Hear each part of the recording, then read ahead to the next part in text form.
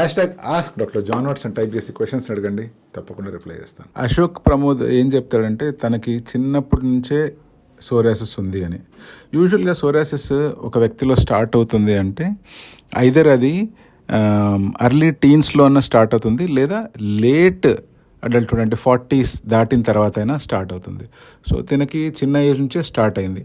Severe scalp psoriasis వల్ల ఆ ఏరియాలో బాల్డ్నెస్ వచ్చింది లేదా అలోపేషియా వచ్చింది అంటున్నాడు. ఇప్పుడు సోరియాసిస్ అనేటువంటిది ఒక ఆటో ఇమ్యూన్ డిజార్డర్ అంటే మన ఇమ్యూనిటీ వల్లనే అది వస్తుంది అన్నమాట.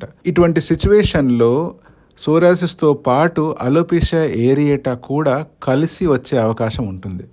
సో అటువంటి సిచ్యువేషన్లో మనము హెయిర్ రీగ్రో చేసుకోవడానికి ఎటువంటి రెమెడీస్ వాడాలి అనేది ఒక చాలా ఇంపార్టెంట్ టాపిక్. ఒక నార్మల్ బాల్డ్నెస్ ఉన్న వ్యక్తికి అయితే రెగ్యులర్గా మనం వాడే మినాక్సిల్ కావచ్చు, లేకపోతే పిఆర్పి కావచ్చు, బయోటిన్ సప్లిమెంట్స్ కావచ్చు, ఏమీ చేసినా కూడా అంతో ఇంతో రిజల్ట్ హెయిర్ ట్రాన్స్ప్లాంట్స్తో పర్మనెంట్ రిజల్ట్ వచ్చే అవకాశాలు ఉన్నాయి.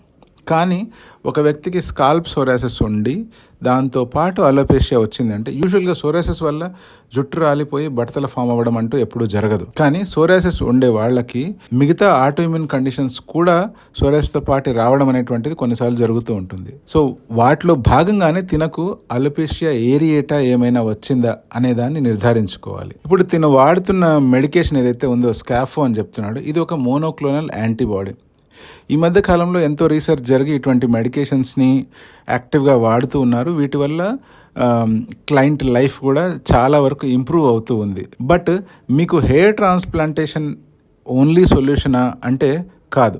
ఫస్ట్ పాయింట్ నేను చెప్పినట్లు మీరు ఇది అలోపేషియా ఏరియేటానా, లేకపోతే రెగ్యులర్ హెయిర్ ఫాలా, లేకపోతే నిజంగానే మీకు బాల్డ్నెస్ వస్తుందా అనే పాయింట్ గమనించుకోవాలి. అలా కాకుండా బాల్డ్నెస్ కనుక వస్తుంది అంటే అటువంటి సిచ్యువేషన్లో మీ సోరియాసిస్ పూర్తిగా కంట్రోల్లోకి వచ్చిన తర్వాత ఆ ఏరియాలో కనుక హెయిర్ ట్రాన్స్ప్లాంటేషన్ చేసినట్లయితే మళ్ళీ మీకు ఎక్కడైతే బట్టతల వచ్చిందో ఆ ఏరియాలో మళ్ళీ జుట్టు మొలిపించుకోవచ్చు. మళ్ళీ యాజ్ యూజువల్ ముందులాగా హెయిర్ స్టైల్ని కూడా దూకోవచ్చు.